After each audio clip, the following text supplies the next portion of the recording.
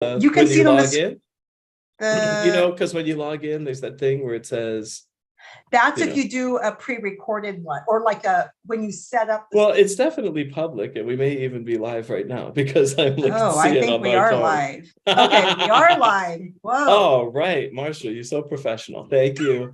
All right. Hey, it's Jeff Howard. It's an impromptu Friday night conversation with writer Kyra Jones and writer Lauren Conn, two up-and-coming TV writers, two working TV writers who wanted to show up and talk to us about the job and the life and all of that stuff. How you doing, Lauren? How you doing, Kyra? So good, mildly congested. Yeah, my allergies are kicking my ass, but other than that, I'm good. We all know what allergies is code for the last 2.5 years. We all know, I'm congested and this and that. I actually took a COVID test this morning, so it's not COVID. Okay. I walked into a room the other day with somebody and they were like, I've had a tickle for like 2 weeks. I was like, all right, I'll see you in a little bit. Enjoy your, yeah, exactly. Let me get my garlic. But it is decidedly not COVID. Yes, there we go. All right. So we're in what? Didn't we just finish week 10 of a Writers Guild strike? I think so. I think it's week 10. How are you holding up, the two of you? Just curious. I am broke. And really fucking tan. So tan. But I mean, I am okay. I luckily, at least like monetarily wise, I have a day job, and I like scramble to get in the document for my development literally 30 minutes before the deadline of the strike. Yep. So I got a nice little chunk to live off of, but it's dwindling, man. It's I don't think there's anybody built for long-term or interested in long-term. So hopefully we get back to talking. Lauren, how are you doing? How are you holding up? I'm doing great. I'm shocked that I have officially moved past the point of burning and into the realm of tanning. As an Eastern European, I'm very proud of this new ability. Yes. Otherwise, it's been good. Also holding down multiple side hustles to stay afloat. It's rough financially out here, but the spirits are relatively high, just as well as our drinks, our liquor, both terms, personality and alcohol. Yeah. Good to see the double high happening. That's always a good thing on Friday. Anyway, I want to ask you about something that's a little weird, like a little, how did you each first get read by somebody? Like, what was the first time that you got somebody to read something? Do you remember? And did anything come of it? What a funny question. Everybody asks, how do you get read? How do you get read? And so I always try to wonder, like, I was just trying to find from people, like, how was that? She read me with like that. She's the reason I got staffed on my first. Nice. Yeah. So we can talk about that. She's not the first person who ever read me, but like, but Lauren was an exec at Coverfly before she this happened just a couple weeks before she got staffed in her first show. But Lauren was an exec at Coverfly, and I was doing Coverfly pitch week. So she had to read everybody's scripts, and she thought everybody's was bad except mine.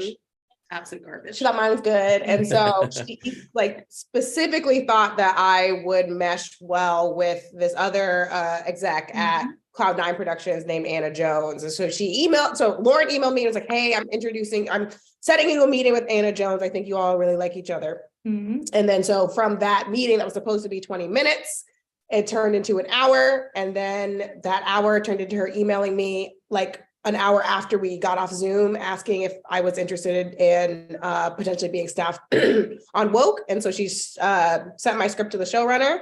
And then the next day she was like, get ready for a meeting. And then the day after that, I had my meeting. And then an hour after the meeting, they were like, get an entertainment lawyer. We're about to send you your contract. So that was thanks to Lauren. So that's what came of one of the reads that I had. But I think the first time I ever was read, like outside of a class, was my web series. So I have a web series that I did back in like 2017, 2018, I guess 2018, called The Right Swipe. And it's about, if you couldn't guess from the title, about dating apps. And I actually, so I had gone on a date with this guy from an app like a year before. Nothing came of it, but he was a director.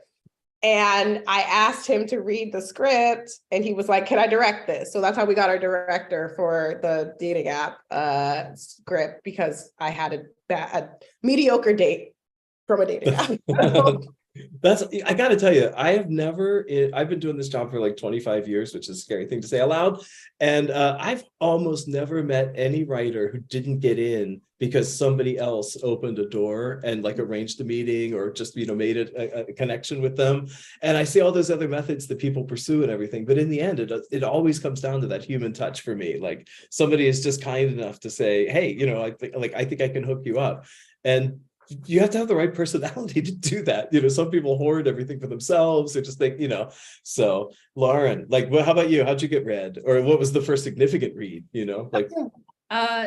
Similarly, I mean, absolutely. It's all about connections. And then I committed in industry subterfuge. I went through like the representation end where I worked for a manager and I built up my relationships as an assistant who was in, familiar trenches as other assistants. And eventually those assistants are promoted into coordinators and into other like executives. And that really is how it goes. You got to make meaningful friendships and have a good personality.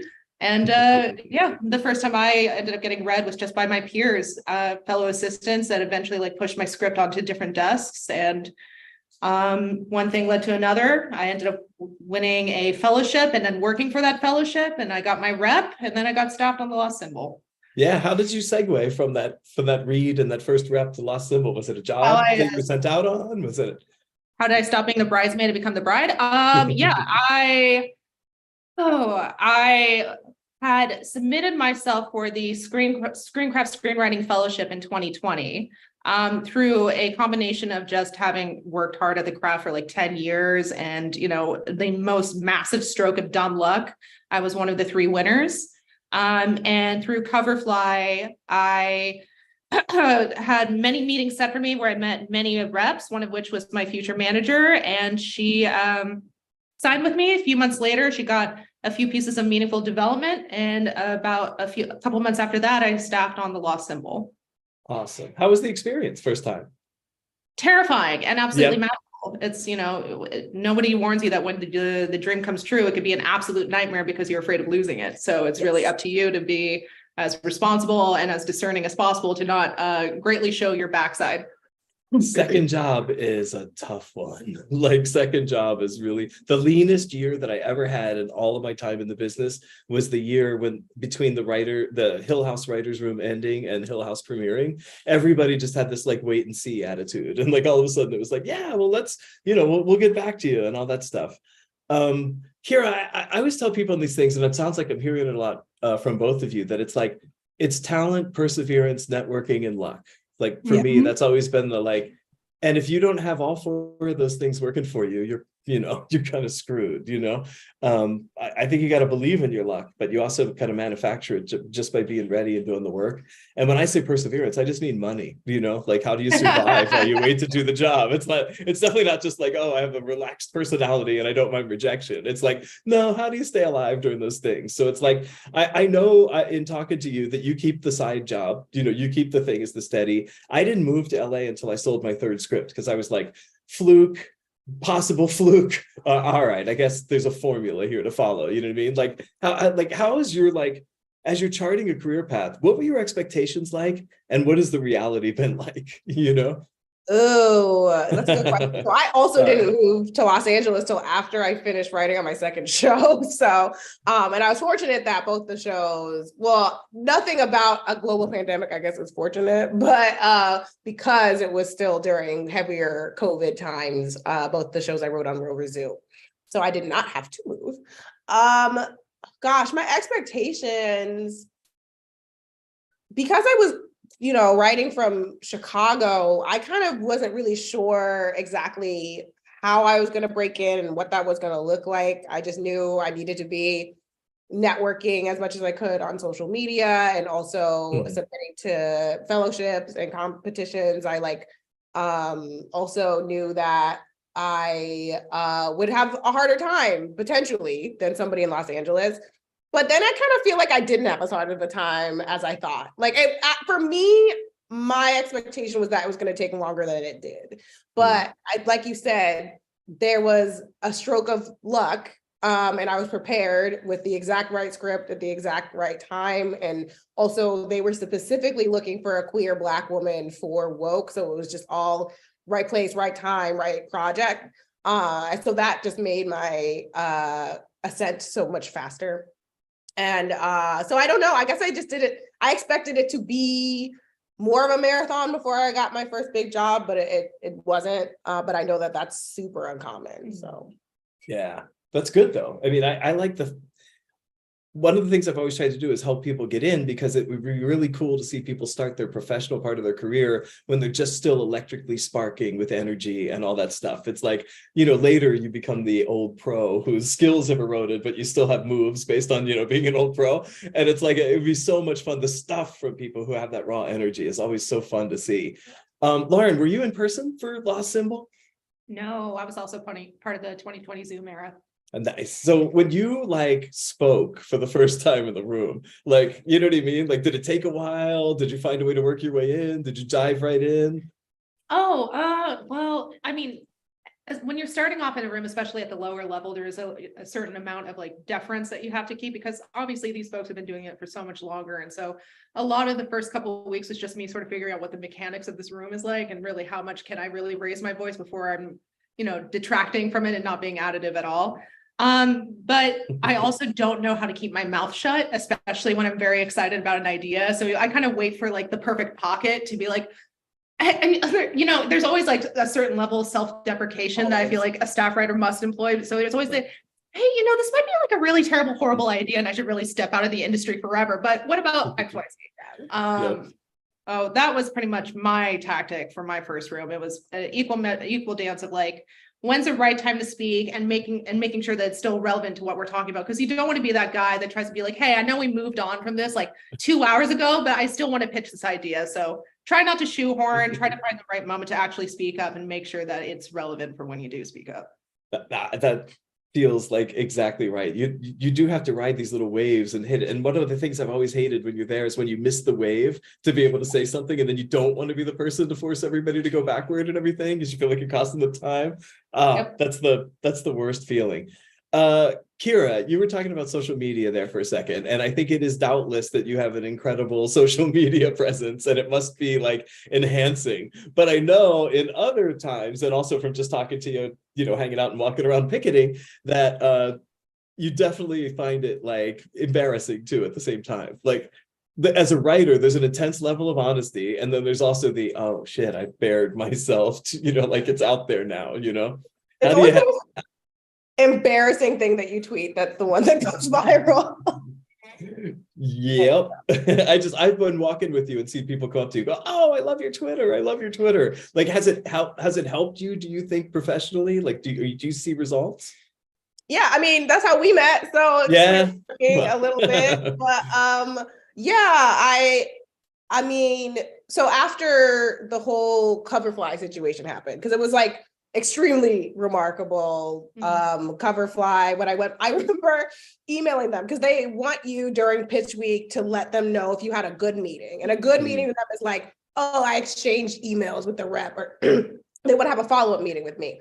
So I emailed them and I'm so I staffed on a TV show, and they were just what? So so it was kind of a crazy story. I remember tweeting about it, and that tweet went semi-viral, and it kind of got the ball rolling as far as reps coming to want to sign me. So Coverfly sent me out to the reps they had connections with, and then I also had done one of the roadmap programs, and they got wind of what happened, and they also started sending me out to some of their reps. Some reps just saw the tweet and slid in my DMs, or found a way to contact me. And then I ended up, I think the final count was 20 agents and managers that were trying to sign me. So that definitely, some of those people definitely wouldn't have found me at all if I'd not tweet about it. So yes, it has been helpful. I've gone to so many generals where the first thing they say is, oh my God, I love your Twitter. I've gotten generals through Twitter, so it's been helpful for sure. I'm sure it's also lost me some jobs, but it's also jobs that probably I don't want to have. Yeah. I had a whole situation where I had an interview, multiple interviews for a TV show that I was supposed to staff on, and I was denied the opportunity because the showrunner was racist, and she said that she was scared I was going to quote unquote get her canceled on Twitter. Oh man. lost me that job, but I don't want to work with that lady. So it kind of protected me a little bit. It's a strange level of honesty from somebody in that situation. You know what I mean? It's like, wow, that's weird. But you know what? It's just, like you said, it just means that it wasn't for you, which is easy to say when it's until rent day. You know what I mean? But it's like, I went for one after Hill House for that, what's it called? I just want to say Charming Adventures of Sabrina, but I know it's something else. Whatever that chilling. That's it. I'm sure it was charming too. And the guy was interviewing me, and it was like, and I was looking around the room, and I was like, there's like pinball machines and like air hockey machines and vending machines. And I was just like, I don't think this guy ever wants to go home. Like, I think this is just going to be an around the clock job. And then I blew that interview the way I've blown so many. They'll say to me like, what are your favorite horror movies? And I was like,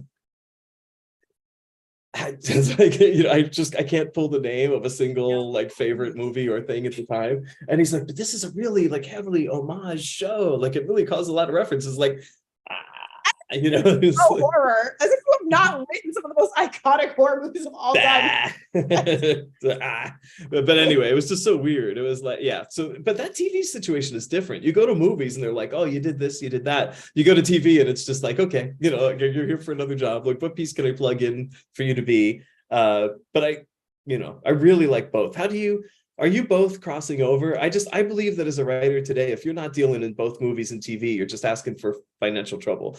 Yeah. Are you both in both sides? Yes. Yeah. It's super smart, right? It's like, because sometimes the tap turns off on one when it's still available in the other. And like, for the last 5 years, TV was everything. And now in like the last 6-12 months, TV has really, buckled, and features, and like everybody's chased back to features. So many rooms definitely have made it a big feast or famine situation for television. Yeah. Do you think there's a way out of those? Like, what do you see? What's a path out away from stuff like that? I mean, obviously that's one of the reasons that we're on strike, is to try to make a mandatory minimum room size. But there is the worry that if there's a minimum size, then that's just going to be what everybody does. Yeah.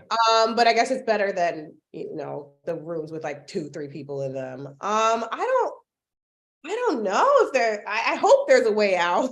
I think that seeing the quality of the shows suffer hopefully kind of tips these people off, because I've been seeing so many people in the comments on my social media being like, the writers don't deserve more money because the writing is bad. I'm like, the writing is bad because they give you 3 weeks and 2 people and 1 potato chip and expect you to write a whole season of television. Right. I gotta go to Shake Salad or whatever it's called. Like, I gotta have the cold salad in a cup and do this. That's crazy. How is that gonna happen? It's a weird. I don't know. Like Lauren, I keep thinking about like the 70s, 80s, 90s classic TV network model and the rooms and the 22 weeks and everything. And it's like, I don't know. That's my fantasy. I don't know. What do you think about TV? Like, what would be your dream TV scenario? What's a good setup?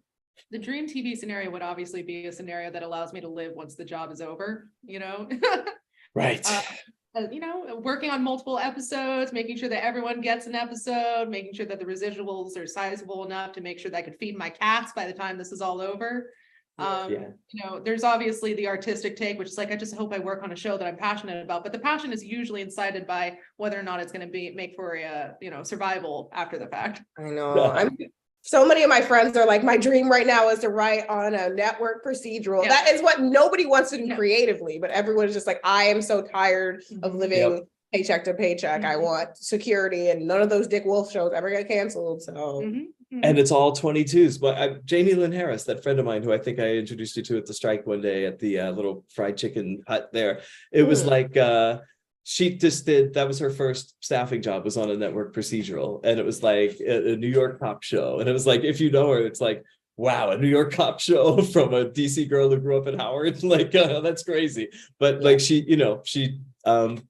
went through it and enjoyed the process and enjoyed the job and really appreciated the length. They extended weeks and all kinds of stuff. So yeah, I like that model too. I keep trying to, my dream is to drag John Carpenter. I mean, we're working on it, but it's like I want to drag Carpenter into like a 9-10 p.m. CBS NBC horror show Saturday or Friday night. You know what I mean? And go do that for yes, please. And like for 6 years, let's just go sit in a room and we'll take my friend Marion Dare with us from Better Call Saul and Echo and everything. And we'll just go hide in a room and go write that for John. Go back to being an exec just so you can greenlight the show. Well, I'm done. I've dashed my dreams. You know what I keep thinking about, and I wonder if anybody's tried it yet, and if they haven't, why they haven't, is like, what if you just package the show with a room? Like, what if you just pitch the show and we're like, here's the 4 or 5 writers, you know what I mean, that are part of the package. Like, it's literally a package deal. Like, I just keep thinking about that model. Like, somebody's going to break through with that thing and do something really interesting. And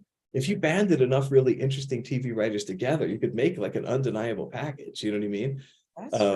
Yeah, so anyway, something to think about. So once all these other people aren't around, something to think about. So I also want to ask you, Kyra, you have very famously through your own Twitter and through announcements and stuff, like sold some pilots out there. You've set up some shows, and you set up some shows in rapid succession. You know what I mean? And it was like, I just remember watching that streak going, I remember I came across your Twitter, and I mean, I like voices, and it was like, this is definitely a voice. So I want to read what this person has to say about stuff, and followed for a while, and then started seeing the sales. So it's like, sometimes you can ride a little personal zeitgeist moment, and you can bend the nature to your will, and did it feel that way when you're on the streak? Like nobody will say no to me, A little bit. And honestly got to a point where I was like scared to write anything new, because I was like, I have so much in development. I don't want to sell anything. And everything was selling so fast. But a lot of it was a little bit coincidental, like excuse me, that surprise, that fake COVID. So the first I hope it doesn't get us banned from YouTube. That elbow move. You never know. There was a guy who got his whole channel taken down for elbow moves. So that's what Marcia says. So anyway, sorry. So I had my showrunner for my last show, Queens, his name is Zahir. He has an overall at ABC Signature, and he really loved working with me for whatever reason. We're both very chaotic, so I guess he saw himself in me. But he had gotten this opportunity from one of the execs at a high level exec at ABC Signature, had this idea, and they were like, hey, we think that you should supervise a young Black woman writer on this. And he was like, I already have one. This is the one I want. This is the one the only one I'll work with. So that show had actually already been kind of pre-sold to Freeform. So the exec had told the idea to Freeform, and they were like, great, we'll take it, before she even reached out to Zahir. So it was already like, I just had to walk in. We didn't even pitch the show. It was just like, okay, cool. So that happened. And then simultaneously, I had a sample that I had written, that I'd actually written to be a sample because I wanted to get stopped on Abbott Elementary. So I wrote a mockumentary. I did not get stopped on Abbott Elementary, but the show sold immediately. So there was like 11 or 12 production companies that were fighting over it.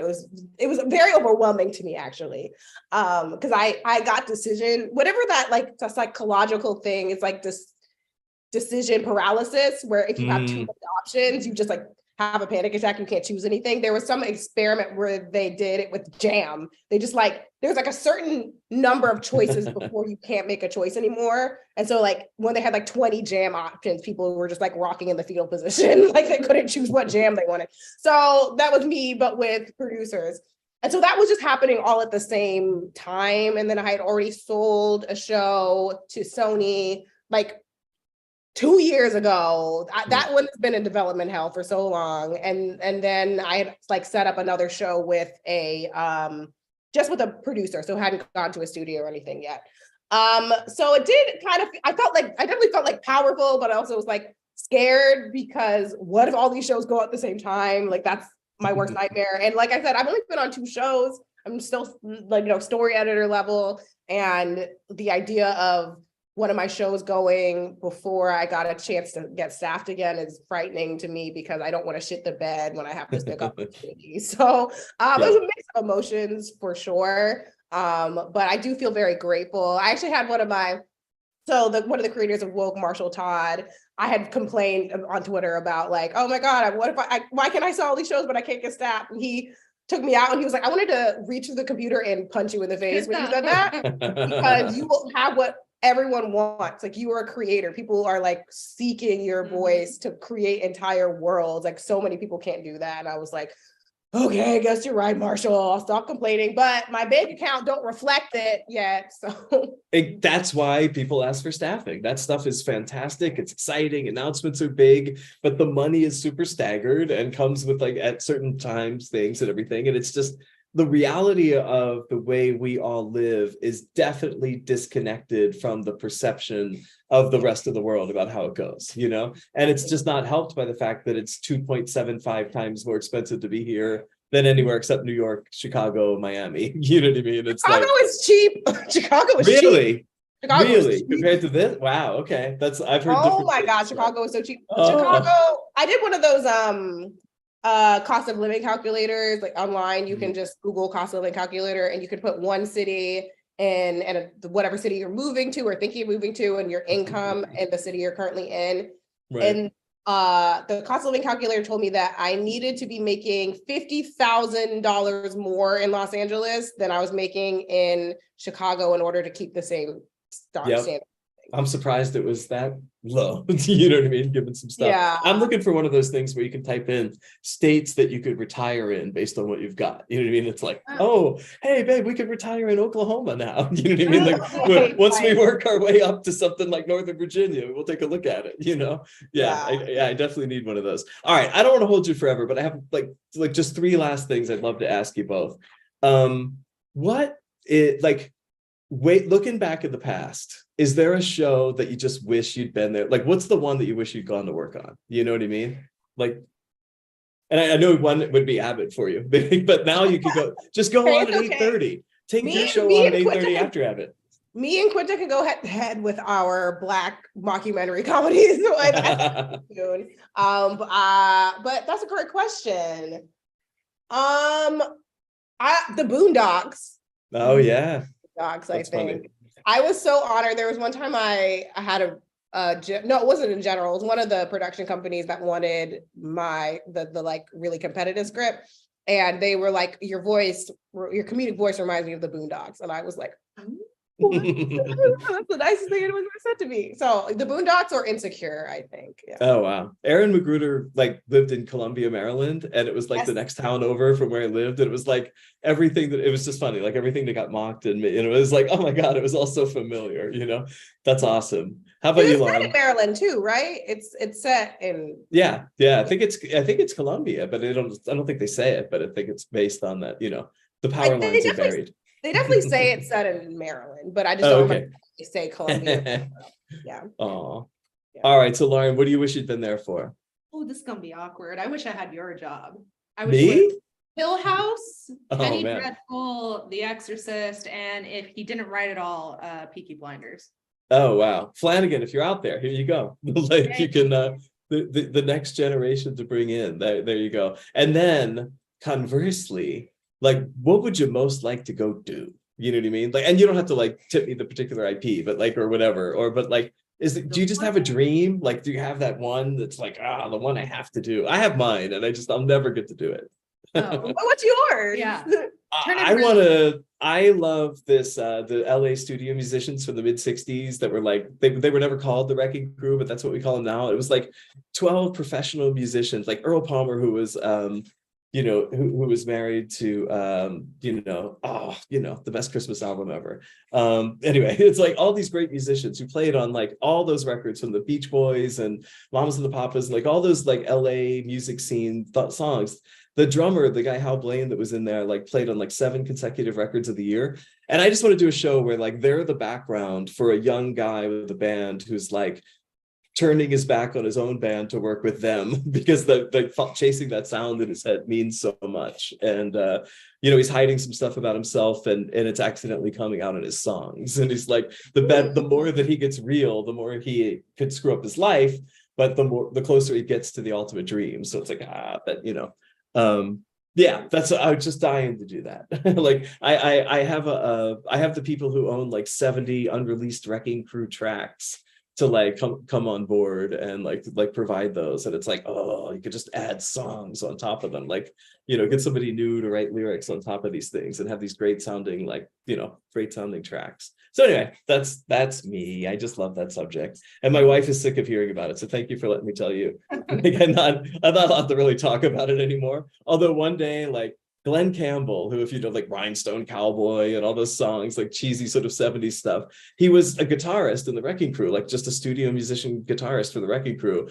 And he put out his first song. It's really sad. Wichita Lineman. And I came home one day and like Diana's all crying in the living room. I'm like, oh my God, what's wrong? Are you okay? She's like, I was just listening to Wichita Lineman. I was like, oh my God. It's like, so yeah. So I cut her off, like, no more Glenn Campbell, So but yeah, I don't know, just in case, if there's not, or if you don't know what it is yet, that's totally cool. But just wondered if there's like a dream, like, and you don't have to tell us what it is, but do you have that thing that's like for Flanagan, it was always The Dark Tower. For me, it was always like, something in the vein of like Raiders or Billy Wilder. You know what I mean? It's like, but if not, no biggie, my dear. I mean, I don't know that I'm never going to get to do it, because I thought this was the project that I was like never going to get to do. And then every time I like soft pitched it to execs, they were like, wait, send that to me as soon as it's done. And I was like, I'm working on a blaxploitation film. I've tweeted about it a little bit. I've not tweeted the premise because it's insane. But I got the idea because I was really fascinated with the origins of the genre of blaxploitation and how it was like super indie and like self-financed by the Black community, and that's why so many of them have horrible production quality. But it was the first time that Black audiences were getting to see themselves as heroes and not as maids and thugs and butlers. So they came out in droves, and all these movies like Sweetback's Badass Song and Dolomite were super, super popular. And I was like, this is so cool. But all these films are so misogynistic, especially the ones that star women. Like, I am obsessed with Pam Grier. She literally is hanging topless on my wall right over here. I love her. I've never seen so many titties as I have in Coffee for no reason. Reason. Like, someone's getting robbed and titty just pops out. It's like, why? So I was like, how can I flip this on its head and make a commentary on that and kind of make it misandrous in a way and make it a satire, kind of like Black Dynamite. So yep, that's amazing. When I was a kid, like the third bill on every drive-in was always the blaxploitation movie. You know what I mean? And it would be like, the Disney's The Black Hole, and then Raiders of the Lost Ark, and then it was it's like, yeah, like sweet as this badass song, or something. Sweetback's Badass Song, which, and it was always revivals. Warned me, opens with child pornography. So we're gonna watch that, maybe skip the first part. Everyone's like, it's the 70s, it was different. I was like, okay. Yes. I was long asleep in the back seat by then. Yes. But yeah, hopefully Lauren has a cooler one. Oh no, that's awesome. What about you, Lauren? You got anything that you're dying to go do? Well, it is already in development, so it's tied up. But Great. My own, no, not for myself. This is not done. We wish that.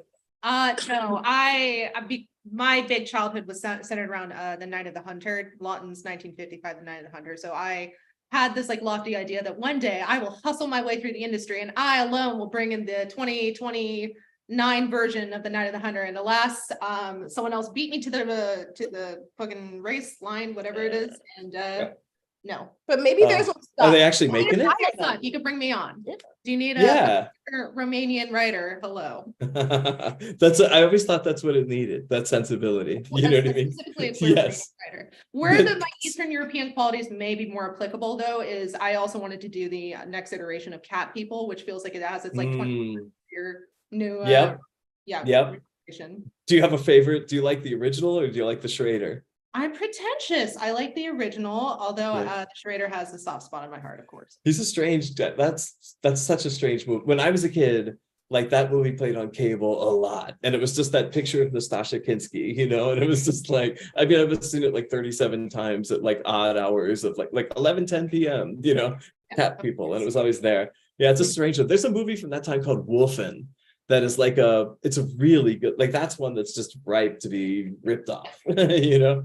Maybe I'll So, give that a- yeah, take a peek. There's some good stuff. There's another movie from that time called Eye of the Needle. That is one I'd love to get a hold of. Like Sony owns it, but it's like it's exactly, you know, it spins. It's the, you know, the spy has the affair with the, you know, the wife on this you know, soldier on a small island, and she figures him out and kills him. You know, and it's just like, yeah, it's like, and he just assumes. There's this great moment where, like, you know, he walks off into the water, totally assuming that because he's made her fall in love with him, that she's not going to kill him. And it's just like, he just like his little face when he gets it in the back is awesome. So anyway, all right, last thing. Do you have any advice? What kind of advice do you have for the people breaking in here? Yeah, I know it's tough. I always tell people, like, if you're really super passionate about it, buckle in for the long haul. Yep. Keep yourself alive some way that you're not passionate about, but keeps you, that you're not going to get all wrapped up in, but keeps you going. And, you know, treat it like a job. For me, when I moved here from Baltimore, I was one of those dream factory people. Like, I'm going to go chase the dream in the dream factory. And I'm going to, you know, it's like, oh, the streets are paved with magic. And I met a bunch of LA natives very early on who just treated it like a job in the industry town in which they grew up. And that attitude seemed so much healthier. And once I adopted that, it was a lot easier for me to just treat it like a job instead of a fantasy, you know? Yeah. Same thing for my wife. So anyway. I mean, Yeah, go for it. You really have to possess a lot of resilience. For the most part, not everyone's going to be a Kyra Jones where they'll kind of like burst onto the scene and immediately be working. So just buckle up, Buttercup, and keep at your craft. You know, college professors like to say that it's like an 8 to 10 year journey, and I would say that's about true depending on like what path you take. So whether you're like going through the admin route or you have a day job and you're submitting to competitions, just don't quit. Oh, Yeah. no. Yeah. If it burns inside you, you never can anyway. You're stuck doing something else for a while, but you can never stop, you know? So how about you, Ms. Jones?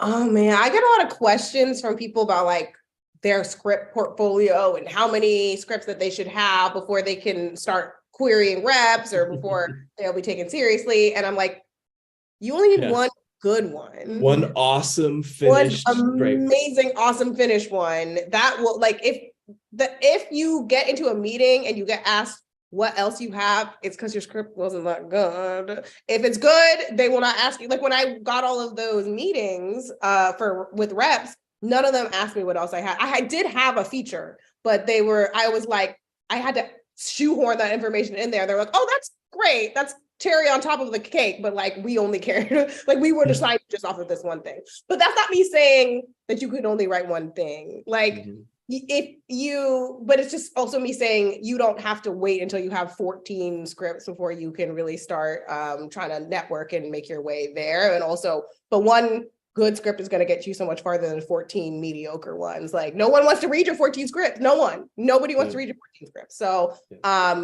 focus on really finely tuning 1 or 2 scripts rather than feeling like you have to have a whole stack before you can start like pushing forward in your career. We all got that friend with like 9 finished screenplay first drafts that everyone like will hand it to you and like go, well, this is really good except for this part that I still got to work in, or this is, I'm still thinking about this section, but here you go. It's like, no, please finish them. Yeah, rewriting is. I know this guy who said he had 15. I was like, they're not good. They can't be good. They can't possibly be good, especially because he only started writing like 2 years ago. So I was like, how did you write 15 scripts? They're not good. They cannot possibly be good. And he has not worked since his first job. So Ooh. Sounds like got removed from the dating pool. Those are my favorite tweets about the why would writers date each other? Because they're all unemployed. So who I needs that? did date him. It was terrible.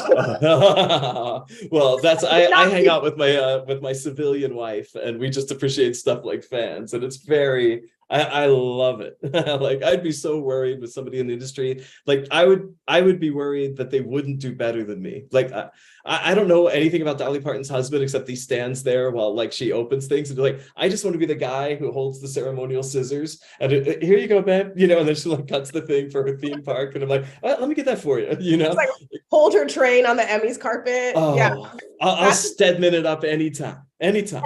I don't understand why that is not more appealing to men. I know it's patriarchy. I know that is the reason, but I'm like, yo, just I already do all the cooking and the shopping and the thing, you know, it's like, I mean, I'm the only one who irons, you know what I mean? It's like, I feel like, you know, like all that stuff is so silly. I'm just not, I'm waiting for my wife's children's book empire to take off so I could just be like the Dolly Parton husband, you know, yes, kept man. Welcome to Diana land. You know? I'm excited for her empire as well. All right, well, fingers crossed. Anyway, listen, I really appreciate you both like taking some time out on what could have been a fun Friday night instead to do this. Like, really appreciate it. And I was gonna crochet. I was not gonna do anything. I bought yarn. I'm so excited. Another show business illusion shattered. You know, like, oh no, it wasn't a fun Friday night. Just working on you. Yeah, understood. My grandmother, same thing. So it's you know, me and your grandma can hang out. Yeah. Yeah, she's not so bad. My grandmother was arrested 3 times for assault. Like Damn, yeah, there's like some really good grandma stories. So I think you should write about grandma. She was just my grandmother, the last 5 years of her life, anytime you called her, she would say, it's been 47 days since the last time you called. You know, it's like, hey, how you doing? Like, so also my grandma did that too. Now she didn't count, but she would be like, oh, you remember grandma is alive. You want to speak to grandma now? I was like, grandma, you could call me. She would refuse to call you, but expects you to call her. Yeah. That's what I would say. These things work 2 ways. Like I promise, like, you know, you can do it anytime. My parents have now moved into that zone where they're the same way.